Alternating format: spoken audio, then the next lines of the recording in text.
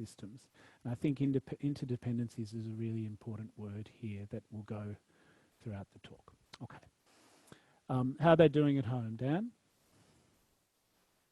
People seem to be getting it? Okay. So there's this Dutch guy, Niels Jern, and he talks about a network theory of immune systems. Look into him if you're interested. He's an interesting guy. He came up with a few things. One of the things he came up with was this thymus gland. And it's where some of your programming of your immune system happens, okay? It learns in your thymus gland.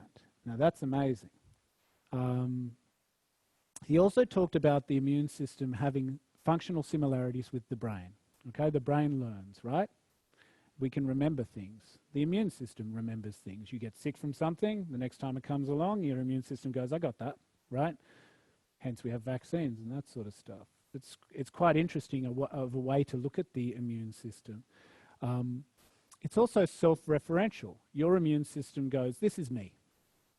And then it also goes, this is not me, get it out, right? Sometimes it gets a bit confused and goes, and then you get a sort of autoimmune problem, right? Yeah, okay. And I liked that he started to talk about the immune system constituting the identity at a molecular level, at a very small level. Maybe your immune system has something to do with your identity, which is kind of weird because we think about our identity, and we will think about our identity.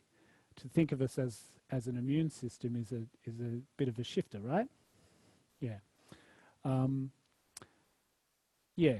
And as I said, brain and immune system are capable of learning and capable of memory. Okay. How am I doing for time? Okay. So the brain adapts to the environment by learning. Studies suggest that immune response can be modified by classical conditioning. Do you know what classical conditioning is? Okay. Pavlov's dog. What can you tell me? Yep.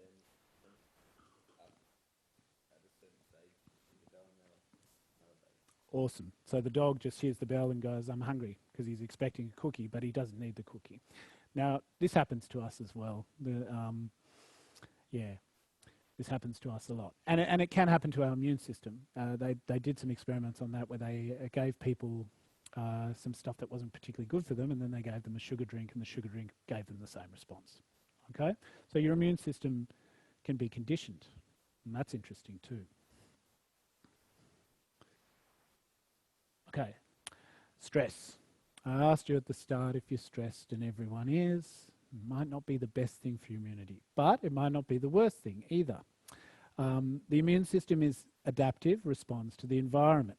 As a general call, acute stresses, they enhance your immunity. You come across a little cold, you get sick.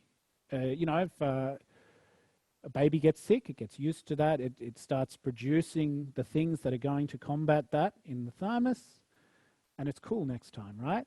Now, and it gets well quickly. Chronic stresses, not so good, okay? They tend to suppress your immunity. So if you're sick for a long time or you're under stress for a long time, then your immunity will get suppressed. Make sense? Now that's a generalized statement, but generally it is borne out. Okay. So once again, who's stressed? Who's been stressed for a long time? Yeah, I know, I see you. You're doing wonderfully. Okay. The brain and the immune system, let's take a look at this. They're not fully formed at birth, okay? They continue to develop through the life cycle, and you've probably heard about brain plasticity, that sort of stuff. What about immune system plasticity? How do we stay healthy? Can this keep adapting? Can we adjust to new threats in the environment? But one thing that's interesting is our early experiences are very, very important. And they may set up long-term patterns of interaction between the brain and the immune system, okay? So early life stress often predicts later inflammation. Again, a generalized comment, but there's lots of research going into this sort of area. So think about that. And I'll talk to that now, I think.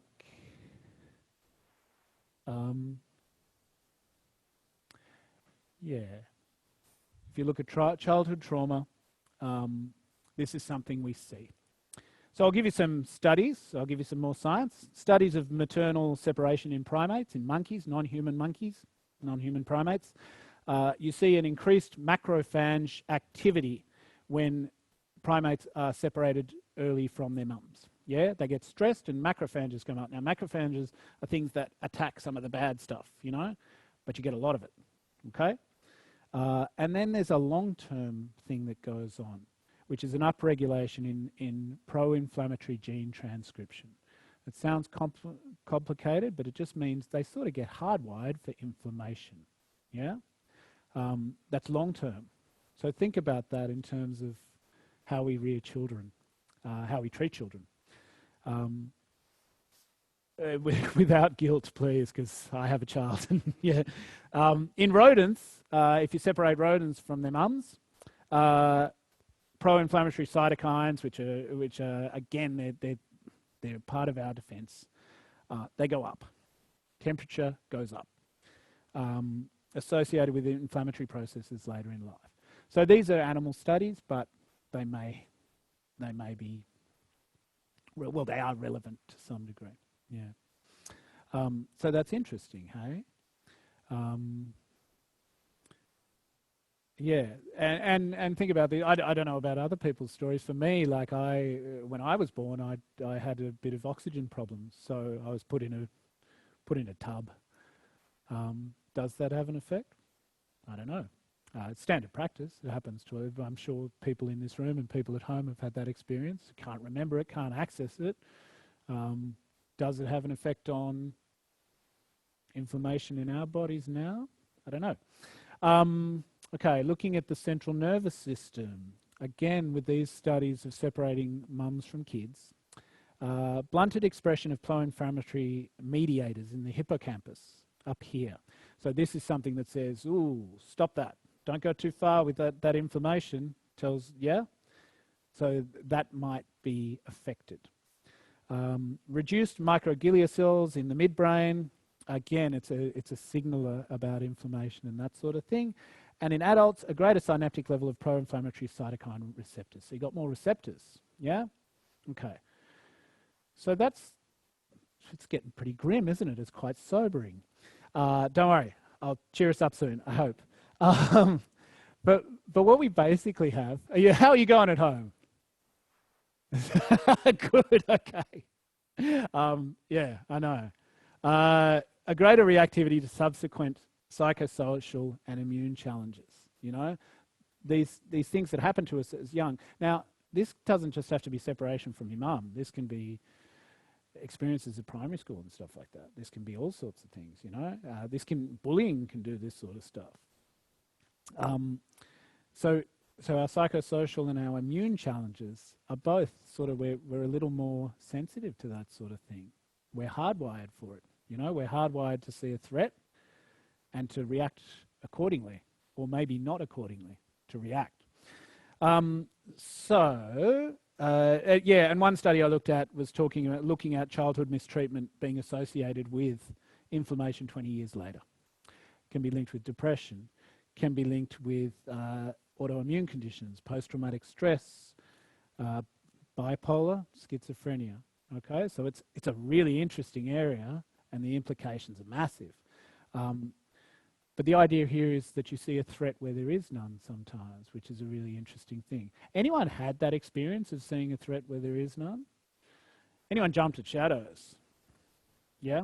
Yeah, I'm sure we all have. Okay. So trauma, inflammation can affect your brain development, stress reactivity, all of that sort of stuff. So your thinking might become a bit impaired with this sort of stuff. Blunted reward sensitivity, so linked with depression because you don't feel that joy, or heightened stress reactivity. Okay, but you can't go without stress completely, can you? Because then you have no immunity. A level is a level, right? Makes sense? Is that the janitor out there? He's going. Okay. All right. That's super heavy. Give your hands a shake if you need to. And we'll play a game. Yeah. which will make us feel better. Give me your first impulse you can call out, pleasant or unpleasant. Yeah, this is called pleasant or unpleasant. Welcome to pleasant or unpleasant. I may stand up and see, hopefully you can see these things, okay? So, pleasant or unpleasant, yell it out. Pleasant, pleasant, pleasant, unpleasant. Yeah, okay, that's good. It's good that we're getting variety. Do you see that? At home, can you see that? Okay, I'm just going to say it. Oh, there. That's the sweet spot. What do you see? Everyone's looking. Look at them peer in. It's chocolate. Pleasant or unpleasant? Yes, thumbs up. We got the thumbs up. Actually, that's a great feedback mechanism. To give me the thumbs up, please. Pleasant or unpleasant? Unpleasant. Anyone neutral? There was a shrug. There's a bit of neutrality there. How are we doing over here? What if I do that? What? Okay, yeah, okay, I'm terrified. I'm sorry. Okay, here's one. I'm sure this will get a universal almost. Yeah? Yep. Yeah, you can see him from a mile away, can't you? It's incredible. Oh no, it was bound to happen. That's all right. That's unpleasant. I'll deal with that later. It's my mat. What about that? Pleasant? Pleasant? Nothing? Neutral? Neutral? Anyone unpleasant? That's because none of you all looked at his policies. Maybe. I don't know. I don't know enough. Pleasant? Yeah, we're sideways there. So one of the reasons I got these guys, these chaps, because they're polarizing, because everyone knows them, but also because who knows their policies? Does anyone? Like, I don't think many of us do. Maybe a few of them. Maybe you've heard about Obamacare, and that sounds pretty good, because care's good, right? I don't know what it's about. So that's the problematization I want to do, and I'm going to do a few more of those. I was talking to Mimi on the desk, and she suggested this guy. Pleasant or unpleasant? Pleasant, see? Yeah, pleasant? How are we doing? You... I love it. Sorry, there we go. How are we going? Pleasant or unpleasant? Louise, stop it. Similar but different. It's super unpleasant. I walked past the dude in Sydney once and I didn't like it. Pleasant or unpleasant? I'm not sure. He won't be watching. Can you see him? Do you remember him? We sent him abroad. Just on that same note, this is because Zac Efron went with a certain demographic. Pleasant or unpleasant? Anyone there? Pleasant? He's a pleasant dude, isn't he? Yeah, got that one? Oh, really? Louise, Zac Efron, but not Magnum PI. Okay. Cool. All right. So I'm doing that for a reason. And I wanted to reduce it down to pleasant or unpleasant, because that's where it starts. We're going to move off science into something different. And I want to talk about the idea of epistemology, which is how we know things, you know? That's the study of how we know things. So there's a good question. How do we know things? How do you guys know things? Your environment you grew up in? Absolutely, and we will absolutely get that. That's about third or fourth. Yeah. How do you know what's going on in this room? Your senses. Okay, senses is the place to start. Yeah, and the Buddhists look at sort of 6 senses. They talk about, touch being related to the skin and taste and the tongue, the organ of taste. They also talk about mind. It's not big mind, but they talk about mind and they talk about the organ being the heart, which is interesting. Okay, start to think about the idea. If I say mind, where would you put it? Most of us would go here. But after the conversation we've just had, is that true? Brain is here, spinal cord, nervous system, immune system, body. Where's mind? Everywhere? I love it. You've made it. It's over. Enlightenment. Yeah. Magnum PI is still looking at me. Uh, okay. Science as a means of epistemology, it's really effective. It's really good, and it's one way of going about things. Some of the keys to this is you need something to be quantifiable and reproducible. You need to be able to measure it, and then you need to be able to do that experiment again, which is why the immune system is seen as discrete, because we've been able to do experiments over and over again in a laboratory, and why we're moving out of that, because some of the things that happen don't happen in a laboratory. It's a really useful way of reducing your biases, okay? And you can get your mates to check and see if your biases, and I'm sure we know the crisis we're facing in terms of vested interests and biases and all of that sort of stuff that's going on at the moment, but science as a method of understanding the world is an effective one. But it's not the only one.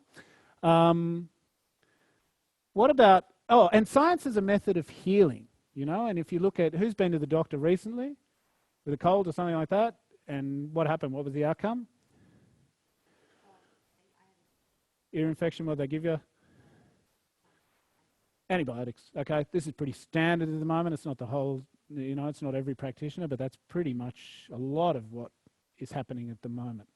Antibiotics are very effective. They're named antibiotic for a reason, because they kill stuff effectively, which is what your immune system does as well. What about art as a means of epistemology, as a means of understanding the world? What do you reckon? Any comments?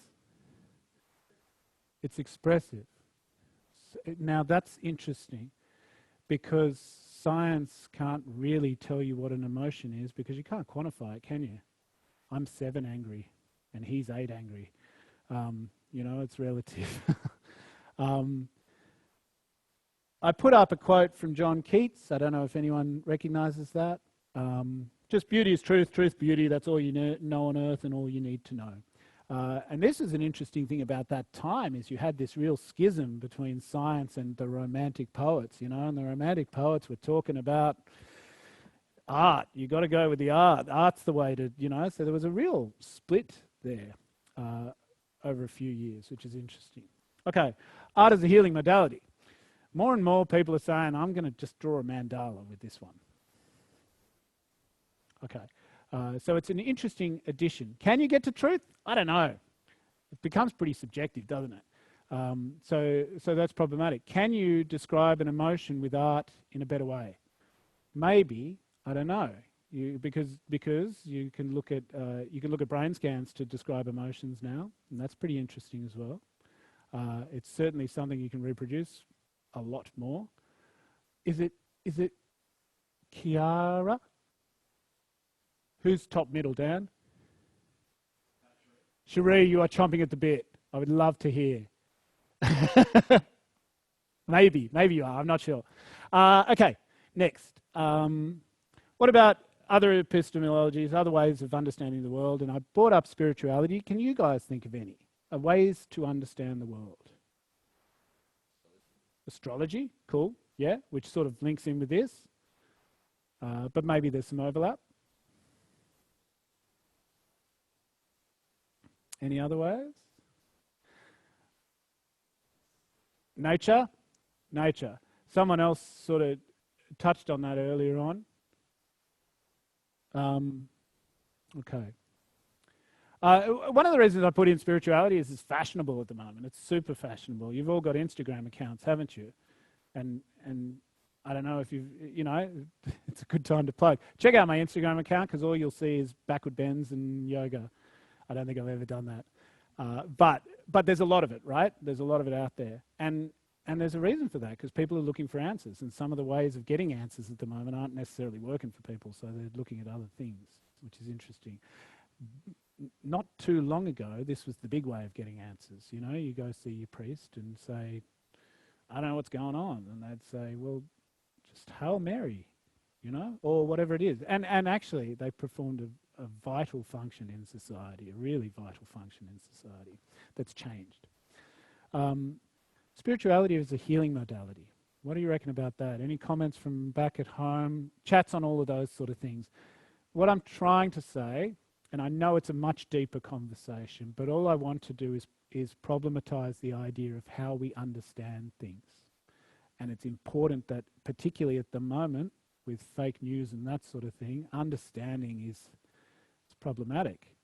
Now we're understanding things by our own echo chamber, and that makes us feel better about ourselves, and it makes us feel sort of more solid and more edified in our own opinions and beliefs, but it's not necessarily useful. It doesn't necessarily get us to truth. Any comments there from home? Okay. So, I don't know if it's... No, I think it's given me more questions, my own personal spiritual practice, but it's been an interesting it's been interesting. So that's what I'm going to talk to now. And this is a Buddhist idea, or a Buddhist school called Yogacara. Okay, you with me at home, Yogacara? We're feeling it? Cool. This just means one who practices yoga, okay? And yoga is to yoke, as I'm sure you're now aware of. Okay, so it's a meditative practice to yoke. It's also known as Vijnana Vada, or consciousness only. Fundamental belief here is that none of this exists. It's all mind. Everything is mind. Okay? So that's a bit far out and might take a little bit of unpacking. And if anyone does just flick over into that and discover it in the next moment, it'll be fantastic, and you'll probably disappear, and mission done. So the world as we perceive it doesn't exist. All right, look around, look at each other, look around and see the picture you have in front of you. There's a picture. It makes sense. It's perfectly coherent, right? This is a tree, yes. Black mug, and it's solid, right? Because I kicked it over and cause and effect, things got wet, okay? All makes sense, right? Well, this kind of says maybe not. Because we have these things called the 5 skandhas. And has anyone heard of this idea before, the 5 skandhas? Anyone at home? Might be a few Buddhists in the room. Okay. Skandhas is, it sort of translates as aggregates or heaps, lumps. And they're all illusionary. They're all just lumps of things. So they're like a gathering of mental and physical events. What we have in front of us is a gathering of mental and physical events. Okay? And we have these 5 skandhas, and they sort of build up our ego construction, our sense of self. Okay? So we have form, feeling, perception, concept, and consciousness. Who knows who I'm holding up now? This is Magnum. Anyone know at home? Oh, it's embarrassing, isn't it, Charlotte? I knew. Is he? Oh, see, that adds a whole different thing. I didn't even know that. Right, and that does add something. And forgive me if anyone is... I'm a little bit now hearing that. Gutted by that. But who is it? It is Tom Selleck. Tom Selleck was in the 70s, probably 70s and 80s. He did a very famous private detective thing called Magnum PI, right? Some people in here are going, yeah. Some people are going, what? Right? So there's a context. There's so much information there. You've just taken in so much information. You know, you've given me so much information that many people didn't have before you started talking about it. Some people did have that. You know, and actually, when I think about it, I think about the living room at the first house I lived in, where I lived till I was about 16 or 17. I think about the brown couches, because that's where we used to sit if we were allowed up late enough to watch this, you know. That comes in too. Lots of other things come in that I'm not even aware of. What an incredible man that can do that to me. And how many things in your life that can do that. I'll be contextual for Generation X's and that sort of thing. If I say monkey magic, you know what I'm talking about, right? Some of you don't. That's all right. But it doesn't just have the show involved. It has context. It has, where did you watch it? Who did you watch it with? What was that experience like? It's a wealth of data that happens like that. Okay, but let's start at the beginning. Pleasant or unpleasant? Right. So we have form, which is Tom Selleck, who's a person. He's a form, okay? we have something before form which might be a more real perception. But we see form, okay, cup, and then we have our second skandha. So form, the body of the world and the physical body. Yeah? Okay. Bodies. It's somewhat separate from the mind. If you think about your body and the mind, right, there's separation there. There's a duality created. And like all dualities, it's kind of, sometimes, when there's a duality created, sometimes the body doesn't do what the mind wants to. Make sense? Right? You ever, I don't know, I watched a footy game last night and some people there were, I'm sure their mind was like, I'm going straight through there, and their body was like, oh, you might have been doing that 20 years ago, buddy. But there's a schism there between mind and body. There's a separation created already, and that's problematic.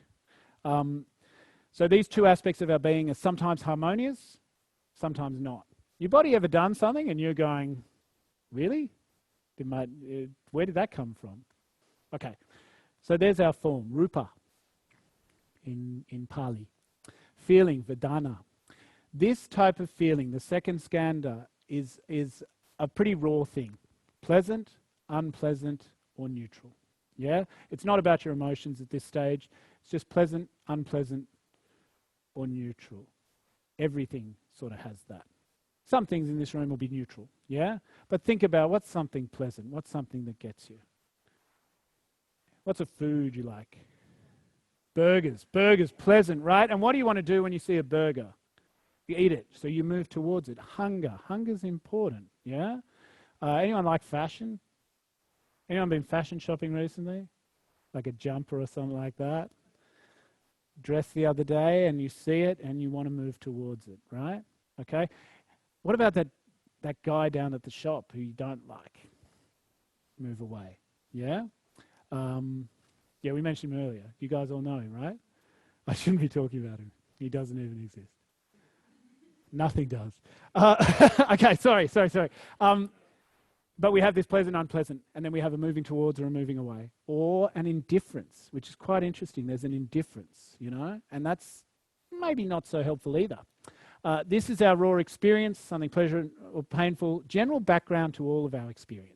Okay, that is there. So look for it now. You know, when you go out, look for it. Look to see what you feel at that raw moment. These come in through the six senses, which I mentioned, all the five senses, but also mind through the organ of the heart. But don't worry about that too much because it gets a bit confusing. Okay, our third skandha, and here we're moving away from reality. One skandha, form, we're already a step back from reality. Then our pleasant or unpleasant, we're another step back. Here we have samja, which is recognition. More specific than the like or dislike of Vedana. Okay, it's not just like or dislike, it's recognition, and it's tinged by biases or judgments of the past. Many of you know me from before today, right? Okay, and some of you like me, some of you maybe have the pleasant, maybe have the unpleasant, but you start to have biases, yes? Judgments of the past. Some of you have seen me in different contexts, right? So that informs everything. So every time you see me, it all comes, it's all there. Think about those people you've hung out with a lot. Think about those. Little anecdote here, Michael Phillips. I used to go to school with this guy, Michael Phillips. I hated that guy. Until I talked to him, and then he was a really nice dude. It was really interesting, right? But gosh, those biases took us till about year 11, you know. These are all from my point of view. And you can see how it gets problematic as well, because that wasn't just my point of view, but that was me and all my mates' point of view. The object begins to take on a quality of being for me or against me. And that was part of the experience there, because I thought I was a little scared of Michael Phillips. I thought he hated me and I hated him, and we had that charge, right? Think about your fashion. It's from your point of view, isn't it? Anyone ever had a really good t-shirt? Yeah? Anyone ever tried to recreate that t-shirt later and gone, this is kind of like that, or been searching for that t-shirt again and again? It's a thing, right? Or is it just me? Okay, it's a thing. Well, and if you're a moth, from a moth's point of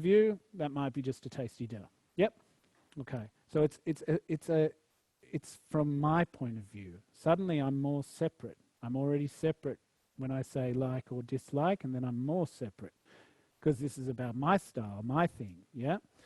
And there's a quality of for me or against me, you know? This jumper is for me. It's going to help me. It's going to make me, you know, right? I mean, this is the thing, right? Okay, so I grasp or push away and my sense of self is strengthened. Now that would be no problem, right? What's the problem with that? The problem is that most of the time our perception is not accurate. Michael Phillips actually wasn't a douchebag. He was quite a nice guy with a story. And relationship is a good way to look at this. This is where we start to get triggered and all of those sort of things and scratch our heads why, and maybe it's because of our biases, maybe it's because of every experience that just gets narrowed in on this sort of one person. We're often too hasty. We label as good or bad, you know, and when I say hasty, I mean really, really quick. Too quickly, and it leads us to actively grasp or push away. So think about that in terms of relationship, where you want to grab something or you want to say, go away from me, yeah? It neglects to consider the nature of reality, which is change. Now maybe Michael Phillips was in year 7, but he wasn't in year 11, he changed. And we're all doing that all the time. We don't really think about it much, particularly if we've been in longer term relationships and that sort of thing. It can be hard to allow the other person to change and all of that sort of stuff. Yeah, it's interesting, right? But that's what's happening. There's change. You guys will actually walk out different to how you walked in. Our past experience conditions our perception and blocks us from the new. Okay. Time. Okay. So then we have the next skanda, which is concept or mental formation. Some of you will have heard of samskaras, I imagine. This is when we're in trouble. This is when the samskaras come. We're creating karma now. Okay? This is why it's a problem. So concept, mental formation, karmic formation, really. This skanda includes all volitional action, choices, imprints on our true nature. This imprints on our true nature and creates karma.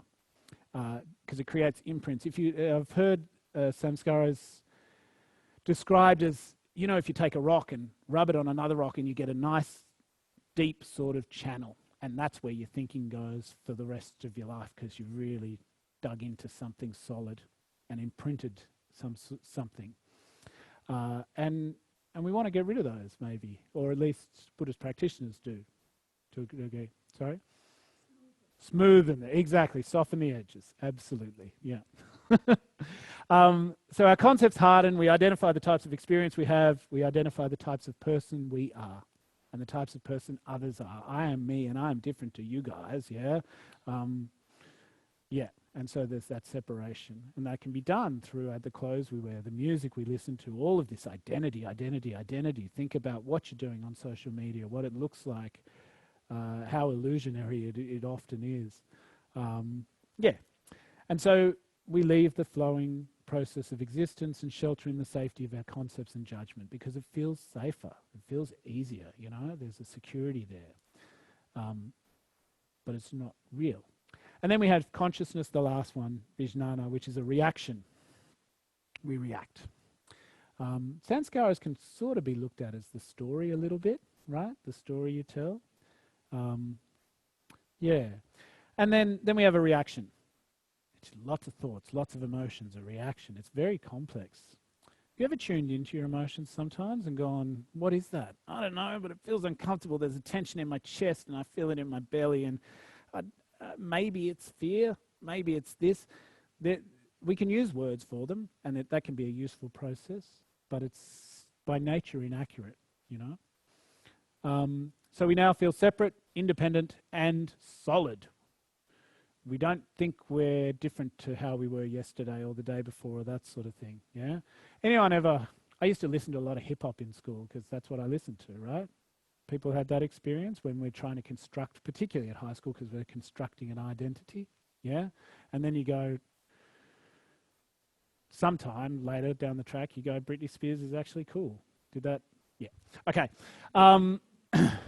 There are 2 more layers of consciousness, which I won't go into. Well, I'll go into semi-depth.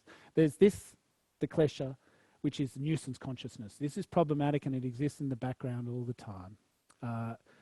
And it's, called nuisance consciousness, which is a lovely way. Sometimes the Buddhists are nice when they talk about this stuff because they call it, it's nuisance consciousness. It's no big deal, but it's a pain. False sense of self. It's the subconscious sense of conflicting emotions and anxiety. It's there all the time, right? Again, we're going into that dark space. I'll have to show you some pictures soon. But it's there. It's something that's there. But don't fear, because underneath that you have something even deeper.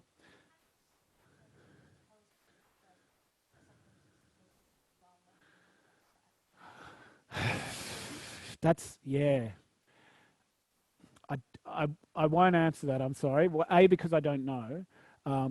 B, because then we're entering a discussion on things like my higher self and that sort of stuff. This kind of touches on that, where we are now. Underneath the klesha, the nuisance consciousness, we have the alaya vindana.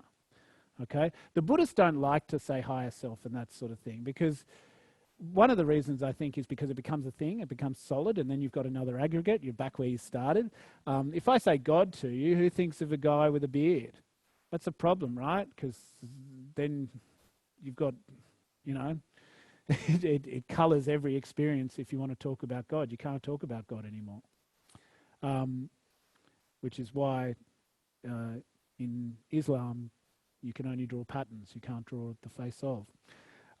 Anyway, this is our storehouse consciousness. This is where everything is stored. Everything that's happened to you, every breath of wind, it's stored. Like a huge data chip that took in every part of your sensory array. You can see how this links back to some of the stuff I was talking at the start, right? You know, the things that happened to you as a child, and you developed immunity and all of that sort of stuff.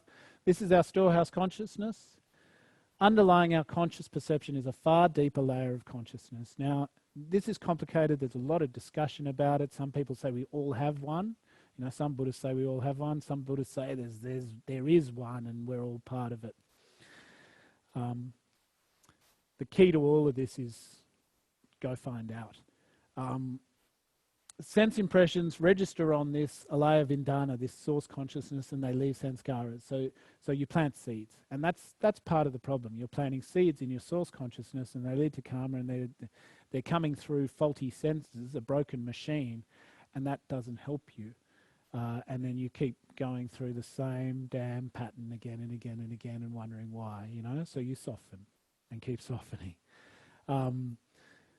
These order our perceptions and our experience, and they become concretized and seem ordered and real. But the key is they're not. Yeah? Or at least according to these guys, they're not. So, I'm going to recap that. Is that a lot? Feels like a lot. Okay, I'll try to bring it back simply. So, we have the first one, form. We separate ourselves from the world. So in this cosmology, our essential nature is boundless and brilliant. This is your pure light of awareness. That's all there is. It is without boundary. It is so vast. It's beyond vastness and bright. The bright light of awareness. And it terrifies us. It's too much. So we pull back.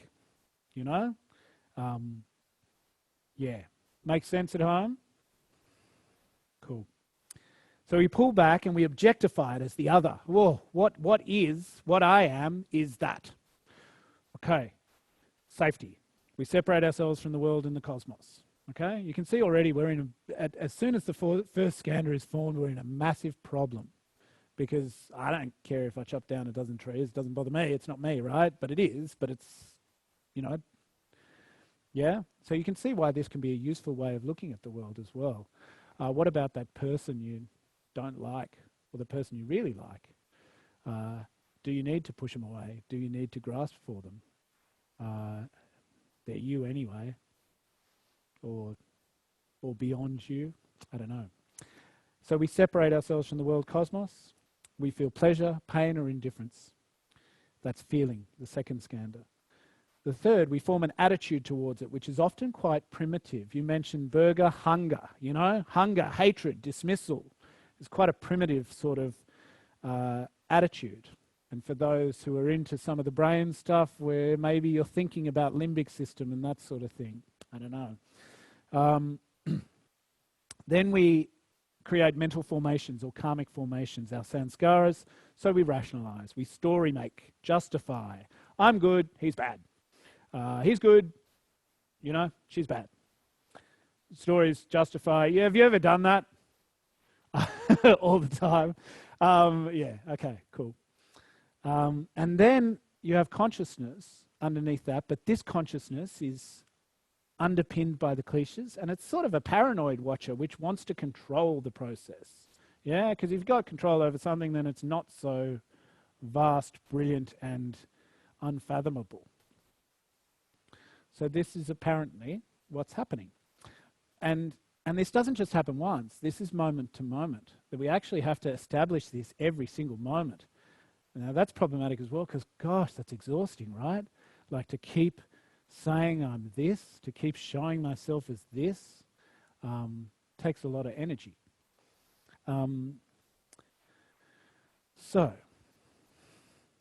we're not separate because we're all breathing the air in this room. And this air that's on our planet it's been breathed by a lot of things, a lot of times, for a long time, you know. There's a connector there. We all eat food, you know, which comes out of the ground or from this aisle 12, which is an interesting detachment as well. You see, you know, you see how this can lead us to more and more detachment without thinking. It just happens. We drink. Language. What about language? Like I'm talking to you in English and you're understanding it. Imagine if you're a baby, what you'd be hearing. Can you do that? Can you listen to my voice speaking without sort of judgment and analysis? It's nigh impossible. But you did at one stage, and then very quickly made sense of it, and very quickly formed an identity by about 2.5, 3 years, you know? Yeah. So these things are all connected. It's really a picture of connection, of huge connection. There's nothing. Look at your clothes, where they were made. You know, there's human beings around doing that sort of stuff. Yeah, we're dynamic. We're a dynamic physical and mental process. You know, so that initial stage of form, body form, mind somewhere. Yeah. And we have those physical processes, we have those mental processes, and it's dynamic. So what do we do with it? Why do we look at this? Is it just sort of intellectually stimulating? And hopefully the answer is no. These are meant to be helpful. And one of the ways might be we become familiar with developing a relationship between myself and mind. If everything is consciousness, part of the way we start is to develop a relationship. Okay? So, how are we doing for time? Oh, almost out. Close your eyes. Take a deep breath in. Let it go. Breathe in again. And let it go. Feel your hands, your chest, your forehead, your belly.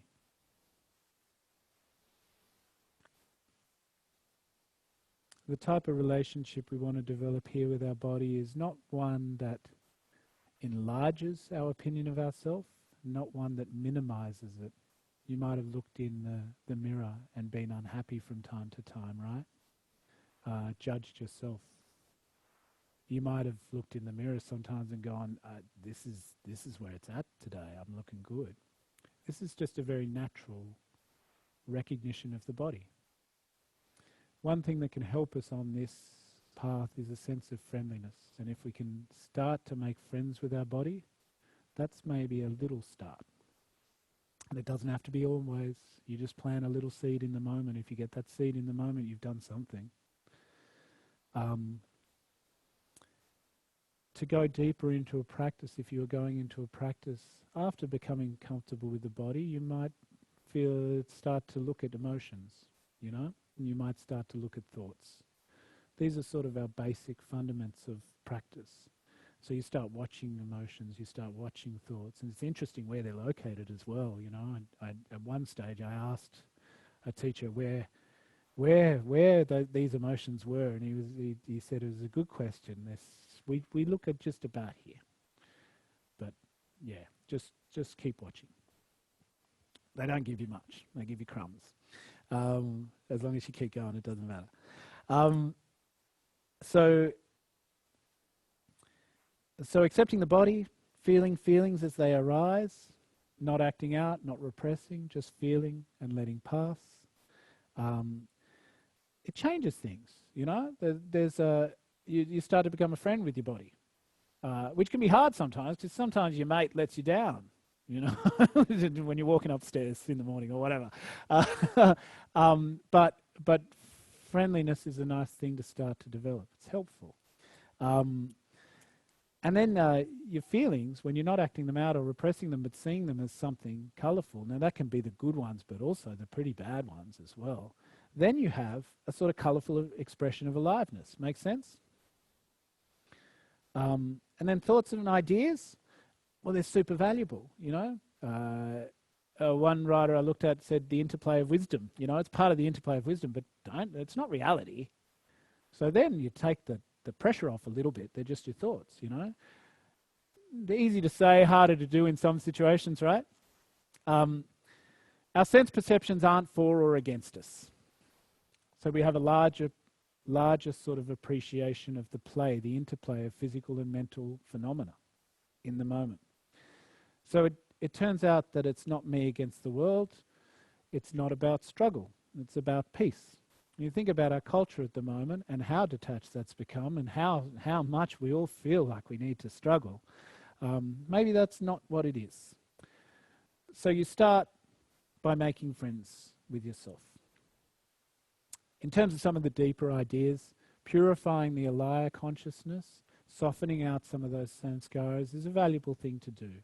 And strangely, when you start to pull energy away from your five senses, you save energy, and that energy does something else.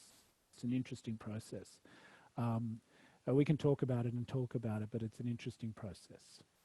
Things happen that are weird and probably different for everyone, and no one talks about them, and freaks you out a bit, and it's quite terrifying, but wonderful and enlightening. So yeah, that's sort of the goal, but only a little bit. You don't need to do too much, just a little bit every moment or every other moment. And this is maybe where I wanted to leave it, is this idea of health as an spirituality as an epistemology, you know, a way of understanding things. Do you come to more understanding? The Buddhists think so. They think there's a great deal of insight to be gained by this, and I would agree with them, although, you know, it's relative. In terms of health, anecdotally, there can be, well, not even anecdotally now, you know, there is science behind the health benefits of meditation, but anecdotally there's some more interesting stories, you know, and maybe we can go into those, you know, as we continue practicing together. One of the tricks, though, is that if you go about this to become healthier, you get stuck because you're doing it for health, and you create another formation, another mental formation. If you go about it to be conscious in the moment, there's a different thing. Now that's depth, you know, that's depth. And sometimes that's why I do a bit of Taoist stuff, because the Taoists are like, let's be healthy. This is how to get healthy, and there's practices you can do for that. But this sort of thing is pretty deep, and yeah, it's tricky. it's tricky because, you know, right now, is there anyone who can not moment to moment go through all those processes again and again and again and again very, very quickly. You can slow it down through meditation, but you'll often still be going through those processes. But yeah, that's something to bear in mind, that the objective, yeah, it might make you healthy, but you don't necessarily do it for that. So I've got on that slide, I've finished with the wisdom of don't know mind. That's sort of a Zen thing, you know, and I think it's pretty appropriate at the moment, particularly with everything that's going on. We don't know, and that's, if we can let it go. Has anyone ever expressed themselves? It's a lovely way to express yourself, because you can be really indignant and, you know, defriend people. You can express yourself that way and do all of that sort of stuff. It's a, you know, it actually plays. Those things play on that for or against. They've gamed us. They know that that's the first process. Don't know mind. It's a nice place, more relaxing place to be. Do we want to be relaxed though? We might enjoy the cravey, addicty sort of stuff as well. So that's the second point I have there. To try to escape this sort of craving and aversion, to try to escape or move past, move beyond. We all have it. We all have in our genetic makeup, maybe, this, I don't know, but maybe we have a sort of predator or a prey, you know, maybe both, depending on the situation. And I'm sure we've been in situations where we're persecuting a family member or someone close, or we're being persecuted by, you know, those sort of drama triangles and stuff. So trying to just step back from that is probably valuable for well-being. Not easy. I'm going to go yell at someone after this. And then as a final point, just to sum up, I guess, the importance of the Sangha, the importance of community, and community who's working on this. And that's what's nice about this place. That's part of the relationship. In order to build a relationship with yourself that's actually kind is a real challenge, right? Like really, really hard. And then, you know, you start eating well and you start getting rigid and you've lost it, just like that, every moment. It's a constant balancing.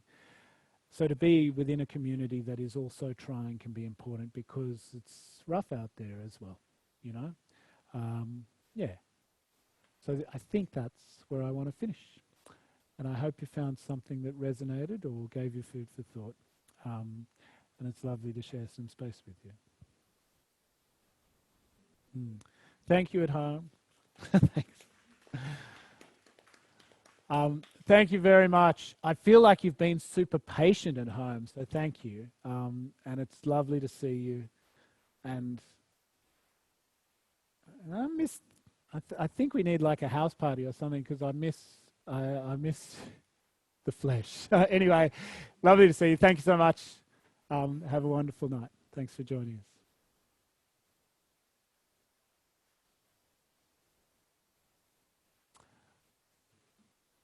Yeah, that's it. Pleasure. Thank you.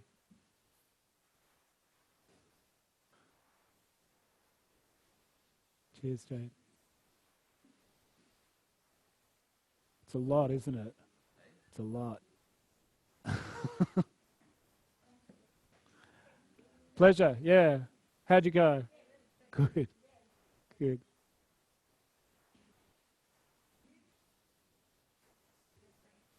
Yeah. Yeah, I just make it up. Thank you. Nice to meet you. How'd you go? No? Okay.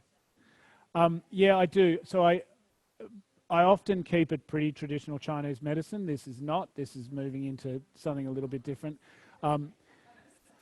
We're pretty. Thanks, guys. Yeah, we're pretty scientifically dogmatic. See you, Charles. See you, Lies. Sleep well. Pleasure. Good to meet you. Thank you. Yeah, we're pretty scientifically dogmatic at the moment, so I wanted to bring that, and I'm not averse to science at all, but there's just bigger pictures. And this is a picture. Yeah. I keep coming back to, so Buddhism and Taoism underpin traditional Chinese medicine. And I keep coming back to both of them for different reasons. And they actually intermingled throughout. You know, Buddhism came through India into China and then over to Japan, and you have Zen, which is like Taoist Buddhism. Taoist Buddhism. But as a model, it's pretty. I like it a lot. It resonates with me, and it's do you? Yeah. Yeah. It's heavy, like it's yeah. It does. Yeah. I think it does. Yeah, and the key is all of that's just talk, go look, go find out, you know, and you can find out. You can discover certain things that where yeah. Pleasure, really good to meet you. Yeah. Ah, Namala, nice to meet you.